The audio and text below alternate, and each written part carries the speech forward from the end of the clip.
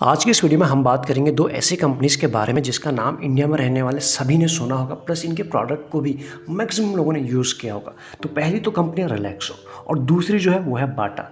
I think सभी ने नाम सुना। तो हम समझने की कोशिश करते हैं, दोनों सुपर कंपनी तो है ही, लेकिन इनमें भी कौन ज़्यादा अच्छा है, कौन ज़्यादा बेहतरीन है और किन पैरामीटर के ऊपर बेहतरीन है, वो हम समझने की कोशिश करेंगे। क्योंकि हम शेयर मार्केट की दुनिया में बात कर रहे हैं, उस लैंग्वेज में बात कर रहे हैं, वहाँ हमें देखना ज़रूरी होता है कि हमें कहाँ किस कंपनी के ऊपर किस वैल्यूएशन के ऊपर हमें अपना इन्वेस्टमेंट करना है, क्योंकि बहुत बारीकी से देखना होता है। इसीलिए हम समझने की कोशिश करेंगे।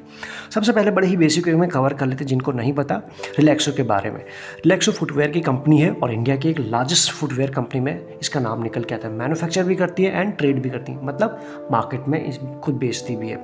और जो मेनली डील करती है नॉन लेदर प्रोडक्ट होते हैं इनका रिलैक्सो की, जैसे कि उसके अंदर रबर से रिलेटेड इनके प्रोडक्ट आते हैं। चप्पल की बात करें, स्लीपर की बात करें, canvas shoes, sports shoes, sandals, school shoes and other type of footwear, ये वो कंपनी मेनली काम करती है। कुल मिला के नॉन लेदर में इनका ज़्यादा फोकस बना हुआ है। और अगर हम बात करें जो इनके इतने सारे प्रोडक्ट हैं, ये सारे के सारे रिलैक्स के अंदर नहीं आते, अलग अलग ब्रांड के आते हैं। क्योंकि जैसे जैसे सेगमेंटेशन होता है ना, सेगमेंटेशन के लिए जैसी प्रोडक्ट की क्वालिटी या फिर जिस चीज़ के लिए बनाया गया उस हिसाब से इन्होंने उसके लिए एक अलग ब्रांड भी बनाया हुआ है। तो उनमें इस कंपनी की जो ब्रांड है रिलैक्सो तो एक है ही, स्पार्क्स भी है, आप सुनते होंगे, फ्लाइट ये भी आपने सुना होगा, एंड बहामास। ये चारों प्रोडक्ट रिलैक्सो के ही अंदर आते हैं। लेकिन इन चारों के लिए अगर देखा जाए तो इन्होंने अलग अलग लोगों को भी अपने ब्रांड एम्बेसडर बनाया हुआ है। तो ये तो है इनके कुछ मेन जो ब्रांड है। Company sir it's product through retailer के through distribution, retail outlets, export and e commerce, जो मॉडर्न ट्रेड, इन सभी चीज़ों की वजह से। क्योंकि हमने देखा था कोविड के बाद मैक्सिमम चीज़ें या फिर कंपनीज़ ने, लोगों ने अपना जो बिजनेस वे है उसको चेंज किया, इंटरनेट का सहारा लिया, तो इन कंपनीज़ को भी आना पड़ा। तो ऐसे में अगर हम बात करें, लार्जेस्ट पोर्शन ऑफ सेल्स जो कंपनी के पास आता है वो नॉर्थ इंडिया से आता है, तो वहाँ से इनके पास ज़्यादा सेल आता है and which account more than 50%। तो 50% आता है नॉर्थ इंडिया से एंड जो रिमेनिंग है बाकी और जगह से आता है। मोर देन 70% ऑफ जो इस कंपनी के प्रोडक्ट हैं, पोर्टफोलियो है, वो लिस्ट है ऑनलाइन। तो ये भी समझ गए कि भैया ऑनलाइन ऑफलाइन अगर बिजनेस करना है तो एज ऑफ नाउ हमें दोनों जगह अपनी प्राइसेस बराबर रखनी होगी, कहीं भी कम नहीं कर सकते। तो ये है कुछ बेसिक, बाकी आप इसके बारे में जानते हैं। पर्सनली अगर मैं अपनी बात बताऊं, मैं भी खुद रिलैक्सो के प्रोडक्ट को यूज़ करता हूं, काफ़ी कंफर्टेबल, प्लस इनकी क्वालिटी जी की अगर बात करें काफ़ी अच्छी इनकी क्वालिटी रही है, इसीलिए सुपर कंपनी में इसका नाम निकल के आता है। अगर आपने पर्सनली यूज़ किया हो तो आप समझ पा रहे होंगे, हो सकता है आपका एक्सपीरियंस कुछ और है, मैंने अपना एक्सपीरियंस यहाँ बताया। आगे हम बात करते हैं दूसरी कंपनी जिसका नाम है बाटा। ये भी स्कूल में जाते वक्त भी अगर आपने इस प्रोडक्ट की यूज़ किया है तो आपको इस वक्त याद आ रही होगी, क्योंकि तब से चलता है। मेनली इनके जो प्रोडक्ट होते हैं वो पहले जो ये काम करते थे, स्कूल रिलेटेड चीज़ें, लेदर रिलेटेड चीज़ें, वो ये कंपनी बनाते थे जो रिलैक्सो नहीं बनाती थी। तो ऐसे में अगर हम इस कंपनी की पहले बात करते हैं 1894 में कंपनी फॉर्म होती। अगर हम बात करें कहाँ फॉर्म होती, जैक रिपब्लिक, अब ये क्या है, एक यूरोप की कंट्री है, वहाँ ये कंपनी फॉर्म हुई थी, यानी कि 1894। और उसके बाद ये पब्लिक कब हुई थी, 1973, यानी 1894 में बनी और उसके बाद 1973 में ये कंपनी पब्लिक हुई। बड़ा ही बेसिक वे में समझ गए। अब इस कंपनी की अगर हम मैन्युफैक्चरिंग यूनिट्स की बात करें, नहीं कहाँ पे इनके प्लांट है जहाँ मैन्युफैक्चर करते हैं, तो कोलकाता में है एक, बिहार में है, बेंगलोर के नियर है एंड तमिलनाडु में, ये कुछ चार इनके प्लांट है। आगे अगर हम बात करें इस कंपनी कैपेसिटी की बात करें, कंपनी हैज़ मैन्युफैक्चरिंग कैपेसिटी 4, तो आपने ये देखिए इनके मैन्युफैक्चरिंग प्लांट्स हैं, यूनिट्स हैं। 21 मिलियन फुटवेयर पर एनम इनकी कैपेसिटी है। इन चारों से इतना बना लेते हैं, एक अच्छा नंबर है, आप यहाँ देख पा रहे होंगे। अब बात करते हैं थर्ड, बाटा सेल, जो फुटवेयर हैं अंडर सेवरल, इनके भी कुछ ब्रांड हैं जैसे हमने रिलैक्सो के देखे थे। इनमें से हो सकता है आप कुछों का नाम जानते होंगे। और इस सेगमेंट जो इनका टारगेटेड जो सेगमेंटेशन हम बोलते हैं, अपर है लोअर, सभी को ये करते हैं। टारगेट ऑडियंस की बात करें तो ब्रांड इंक्लूड की बात करें, बाटा तो आ गया, पावर आ गया, उसके बाद हाँ देख सकते हो सकता है आपने कुछ तो नाम सुनोगे, हर्ष पपी भी है। तो ये सारी चीज़ें आप इनको आराम से पढ़ सकते हैं। यहाँ तक समझ में आ गया। आगे अगर हम बात करते हैं रिटेल बिजनेस से इनके पास जो रेवेन्यू आता है 88% रेवेन्यू आता है, और बाकी नॉन रिटेल बिजनेस से आता है 12% के आसपास। कुछ बड़े ही बेसिक कंसेप्ट हो गए, ये हम समझ गए। The company continue to expand, company expansion के प्लान में लगी हुई है इट्स रिटेल नेटवर्क के थ्रू। और टायर अगर हम बात करें टायर 3 और 5, यहाँ पर इनका फोकस बना हुआ है कि यहाँ पर अपनी प्रेजेंस बनानी है वाया फ्रेंचाइजीज रूट के थ्रू। फ्रेंचाइजी हम जानते हैं बड़े बड़े ब्रांड्स की फ्रेंचाइजी होते हैं एंड उसके थ्रू हम उनके फ्रेंचाइजी लेते हैं, देन उसके बाद शॉप ओपन कर सकते हैं या फिर काम कर सकते हैं। तो वैसे ये कंपनी का टायर 5 और 3 एंड 5 में फोकस बना हुआ है वाया फ्रेंचाइजी के थ्रू। तो बड़े ही बेसिक वे में हम बाटा और रिलैक्सो के बारे में अभी समझ चुके हैं। अब हम बात करते हैं शेयर मार्केट के नज़र से। रिटर्न क्या दिए हैं दोनों ने वो आप देख सकते हैं। रिलैक्सो ने 1 साल में, इस 1 साल में सब कुछ है। रिसेंट का करेक्शन जो अक्टूबर से लेकर अभी अप्रैल ऑलमोस्ट 15 हो चुका है। इतने लंबे टाइम से मार्केट वैसे नहीं चला है। इस बीच में वॉर भी है, इन्फ्लेशन भी है, पेट्रोल प्राइसेस भी कहाँ हैं, सब कुछ इंक्लूड होने के बाद ये सारी चीज़ें इसलिए मेंशन कर रहे हैं। हो सकता है आज आप ये वीडियो देख रहे हैं, लेकिन कोई होगा जो 1-2 साल के बाद भी इसको देख रहे होंगे। तो 1 साल में 25% का रिटर्न है रिलैक्सो के। बाटा की बात करें पिछले 1 साल में इन्होंने जो रिटर्न दिया 49%। तो इस कंपनी में रिटर्न वाइज तो यहाँ पर इसने अच्छे रिटर्न दिए हैं आपको। बाकी 2 साल में 83, यहाँ पे 65 और 3 सालों में 166 और अगर हम बाटा की बात करें 39। तो बाटा ने लंबे समय में रिटर्न नहीं दिया है। तो अगर हम जो बोलते हैं ना कंसिस्टेंसी के साथ है, ग्रोथ कम हो लेकिन कंसिस्टेंसी हो, तो वो आपको रिलैक्सो में दिख रहा है। 1 साल में भी, 2 साल में भी, 3 साल में। बाकी शॉर्ट रन में 2 और 1 साल में आपको बाटा ने अच्छे रिटर्न दिए। रिटर्न तो आपने देख लिया, अब समझने की कोशिश करते हैं बाकी चीज़ें, क्योंकि सिर्फ रिटर्न के बेसिस पे हमें कभी डिसीजन लेना नहीं है। इनकी ग्रोथ कैसे रही है 5 साल में? जो रिलैक्सो की सेल्स ग्रोथ परसेंटेज के फॉर्म में रह रही है, सेल्स ग्रोथ वो है 7%, फिर 7% और अभी -2। तो पिछले 1 साल में है माइनस में।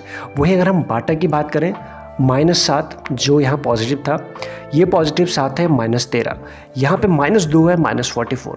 तो ये आपको क्लियरली क्या बता रहा है कि यहाँ पर इन दोनों में सेल्स ग्रोथ और प्रॉफिट ग्रोथ, सेल्स ग्रोथ की बात कर रहे हैं, यहाँ पर रिलैक्सो की बेहतरीन है शॉर्ट रन में, मीडियम रन में एंड थोड़ा सा 5 साल की हम बात करें, यहाँ पे आपको बाटा वापस से रिलैक्सो नंबर 1 की कैटेगरी में आ रहा है। अब प्रॉफिट ग्रोथ की बात कर लेते हैं। रिलैक्सो की 5 साल में जो प्रॉफिट ग्रोथ रही है वो आपके सामने है, ये 19 गुड। वहीं बात करें 22, अगेन थोड़ा सा और बढ़ा और 29, तो ये है इसकी पॉजिटिव। बाटा के हाल में देख लेते हैं, -184, 5 साल में माइनस प्रॉफिट ग्रोथ परसेंटेज, उसका 174 और उसका 129। तो आप क्लियरली देख पा रहे होंगे कि यहाँ पे जहाँ रिलैक्सो अच्छा से अच्छा कर रही है, वहाँ बाटा थोड़ा नेगेटिव टू नेगेटिव ज़्यादा जा रही है। तो ये अच्छी बात नहीं है। तो वापस से रैंकिंग कर दी जाए तो सेल्स ग्रोथ में भी रिलैक्सो था फर्स्ट, प्रॉफिट ग्रोथ में भी रिलैक्सो फर्स्ट आपके सामने है। बाकी रिटर्न ऑन इक्विटी भी देख लेते हैं। अगर हम सबसे पहले अगर हम बात करें रिलैक्सो की तो 21 गुड, 20 एंड 21, तो कुल मिला के यहाँ पॉजिटिव बना हुआ है, तो ये सुपर है। अगर हम बात करें बाटा की 12, 11 पुअर और यहाँ पे तो सीधा माइनस ही हो चुके हैं। तो आरओई के मामले में भी अगर देखा जाए तो आपको रिलैक्सो टॉप पे नज़र आएगा। तो 3 पैरामीटर पे फर्स्ट रैंक पे आ रहा अभी तक रिलैक्सो। बात करते हैं उसका रिटर्न ऑन आरओसी के ऊपर, कैपिटल एम्प्लॉयड के ऊपर 27 एक सेकेंड, ये था 27 5 साल में, देन 27 और उसका 29। तो चीज़ें बढ़ रही हैं, वीकनेस नहीं है। वहीं बात करें बाटा के केस में 22 गुड, 21 गुड और यहाँ पे सीधा -1। जो कंडीशन, जो जियोग्राफिकल कंडीशन, जो इकोनॉमी के ऊपर प्रेशर, जो वॉर किसी एक कंपनी पे के लिए तो नहीं हो रहा है, वो सभी के लिए हो रहा है। अगर आप सभी के लिए हो रहा है, ग्लोबली हो रहा है। अगर आप सेगमेंट में काम करते हैं तो सभी के ऊपर एक जैसा होना चाहिए, बिल्कुल यही होना चाहिए नियम। तो उस हिसाब से हम देख रहे हैं। तो यहाँ पर वापस से अगर हम देखने की कोशिश करें तो ये है आपको रिलैक्सो, आपको थोड़ा और वापस से टॉप 1 की रैंकिंग होल्ड करते हुए नज़र आ रहा है। अब एक बात करते हैं कि ऐसा क्या हो रहा है बाटा के साथ जो इनके नंबर वीक है। बाटा के जो मेनली काम है, वो मेनली जो प्रोडक्ट है वो स्कूल से रिलेटेड चीज़ों के लिए है। स्कूल के शूज़ हो गए या फिर फॉर्मल शूज़ हो गए, ऑफिस गोइंग के लिए जो यूज़ होते हैं। तो ऐसे में क्या है, जो कोविड की वजह से बड़े ही लंबे टाइम तक स्कूल बंद रहे एंड ऑफिस बंद रहे, तो उसके बाद जब कोई लोग कहीं गए नहीं तो जूते खरीद के घर में तो घूमते नहीं, नए नए जूते पहन के, उसके लिए तो बाहर निकलते तो कहीं घूमने जाते, घूमने बंद था, तो टूर का सब कुछ बंद था। तो ऐसे में क्या है, बाटा के प्रोडक्ट के ऊपर ज़्यादा इम्पैक्ट पड़ा।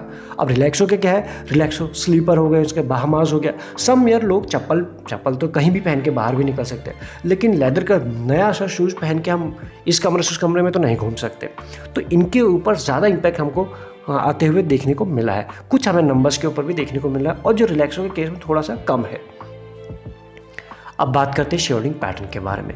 ये भी आप देख लीजिए किसका कितना मजबूत है, ये भी देख लीजिए। अगर हम बात करें रिलैक्सो के 71% इनके पास है प्रमोटर के पास, तो ये अच्छी बात है। यहाँ पर भी 53 है, लेकिन हम 50+ को एक क्राइटेरिया कर लेते हैं, 50+ स्ट्रॉन्ग है, ठीक है।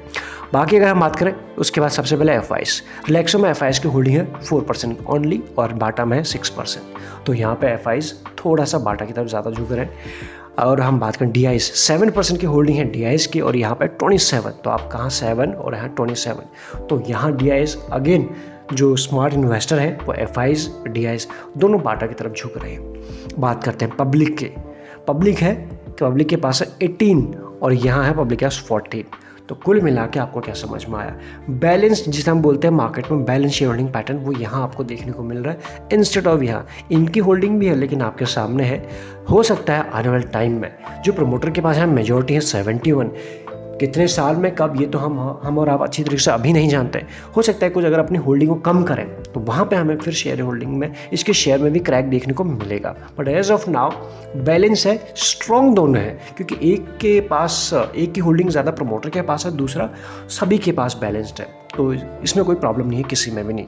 इस वीडियो में हम आगे बढ़े। अगर आपके पास डीमैट अकाउंट नहीं है या फिर फ्रेंड्स फैमिली के लिए ओपन कराना चाहते हैं, डिस्क्रिप्शन में आपको लिंक्स मिलेंगे जिसके साथ भी आप कंफर्टेबल है अकाउंट ओपन करा सकते हैं। अदरवाइज लगे यूजफुल तो आप ज्वाइन बटन भी कंसिडर कर सकते हैं फॉर एक्स्ट्रा लर्निंग के लिए। बढ़ते हैं आगे। FIs DIs सब कुछ देख लिया। अब हम बात करते हैं इनके किस कंपनी में किस म्यूचुअल फंड ने कितना इन्वेस्टमेंट किया हुआ है। बाटा की पहली बात करें, मिरई एसेट का नाम आपने सुना होगा। एक अच्छा म्यूचुअल फंड में इस ग्रुप का नाम निकल के आता है, लेकिन उसमें भी कौन सा वो आपको देखना पड़ेगा। सिर्फ मिरई की हम बात करें, उसके पीछे कई सारे म्यूचुअल फंड जो होते हैं। अगर आप म्यूचुअल फंड में भी इन्वेस्टमेंट रखते हैं, करना चाहिए, क्योंकि बैलेंस आपका पोर्टफोलियो होना चाहिए, तो आपको ठीक से समझना होगा। म्यूचुअल फंड की हम बात करें, यहाँ बात कर लेते हैं। मिरई का है एक पहला फंड जिनकी इन्वेस्टमेंट है बाटा में 3%+। उसका DSP mid cap plan direct growth 3+ है, एंड उसके बाद कैनरा रेपको, और आखिरी फंड है Axis mid cap direct plan growth. ये वो 4 फंड हैं जिन्होंने एज ऑफ नाउ बाटा में इन्वेस्टमेंट किया हुआ है। बात करते हैं रिलैक्सो की। SBI focus equity plan, SBI का ही large and mid cap, SBI का ही स्मॉल कैप। तो कुल मिला के SBI काफ़ी बुलिश दिख रहा है इस शेयर में, यानी कि रिलैक्सो में। और उसके बाद सुंदरम देखा जाए तो चारों एस नाम से है। तो ये वो 4 फंड हैं, दोनों में 4 फंड जो टॉप के हैं, चारों ने इन्वेस्टमेंट किया। और भी हैं, आप जब अपने रिसर्च करेंगे तो आपको नाम मिलेंगे, बट एज ऑफ नाउ आपके सामने टॉप के 4 आपके सामने हैं। अब बात करते हैं डेट। दोनों डेट फ्री कंपनी है, तो टेंशन के बात बिल्कुल नहीं है, ये हमारे लिए अच्छी बात है। और दोनों के प्रमोटर ने जीरो जो है वो प्लेजिंग रखी, कोई भी शेयर प्लेज नहीं रखा। Again this is good for us. Now बात करते हैं, हमने देखा जीरो डेट है, तो ये देख लेते हैं, कैश भी देख लेते हैं। रिलैक्सो के पास कैश है 7.69 CR के आसपास, जीरो डेट है, लेकिन कैश कितना है 7 करोड़ प्लस है। वहीं अगर हम बात करें बाटा के पास जीरो डेट है, लेकिन कैश 1093, यानी कैश रिच बहुत है इनके। कैश रिच कंपनी अभी आपको देखने को मिल रहा है। कंपेयर करेंगे अगर हम रिलैक्सो के साथ, तो एक रीज़न ये भी है कि जो इनके लिए नेगेटिव काम कर रहा था पहले, कि स्कूलें बंद थी, इनके बिजनेस में ज़्यादा इम्पैक्ट पड़ा, एंड शेयर भी उस हिसाब से चला नहीं है। तो अभी क्या है, जैसे जैसे चीज़ें खुल रही हैं, इनके पास कैश भी है, चीज़ें भी आप बैक टू नॉर्मल ऑलमोस्ट हो ही गई हैं, एंड तो ऐसे में ये एग्रेसिवली आगे भी बढ़ सकते हैं। अगर फिर चाहे इनको एक्स्ट्रा अपनी मार्केटिंग करनी पड़ी, प्रमोशन करना पड़ा, या फिर कुछ और भी, ये चाहे तो चीज़ों को यूज़ कर सकते हैं for the promotion and all. तो कुल मिला के क्वालिटी वाइज दोनों स्ट्रॉन्ग है, सभी का भरोसा है इन दोनों कंपनीज़ के ऊपर। तो बाकी कंपनी के हालात आप भी देख लीजिए, कैश रिच कंपनी ज़्यादा है, इसीलिए हो सकता है। एक कारण ये भी है कि FIs DIs का थोड़ा इन्वेस्टमेंट तो एंड थोड़ा इंटरेस्ट ज़्यादा बना हुआ है। अब बात करते हैं वैल्यूएशन, क्योंकि ये काफ़ी पैरामीटर इंपॉर्टेंट होता है मार्केट में। पहले हम देख लेते हैं मार्केट कैप किसकी बड़ी है, वो आपके सामने है 28+ 28,000 प्लस है रिलैक्सो की और बाटा की 25 प्लस। तो मार्केट कैप के हिसाब से देखा जाए रिलैक्सो एक बड़ी कंपनी आपको नज़र आ रही है इन दोनों में।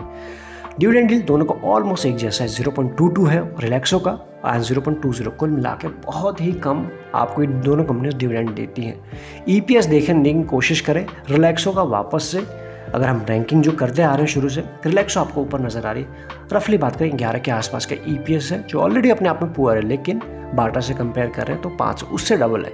इंडस्ट्री पी 112 चल रही है, रफली हमने ले लिया 112, तो रिलैक्सो चल रहा है 103 के आसपास एंड आपको बाटा मिलेगा 362।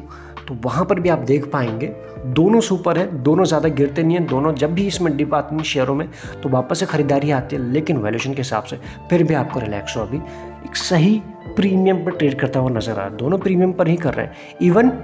इवन अगर हम बात करें रिलैक्सो इंडस्ट्री पी से भी थोड़ा नीचे कर रहा है। जिस क्वालिटी का स्टॉक्स है अभी भी इसमें काफ़ी दूर के लेवल आने बचे हुए हैं।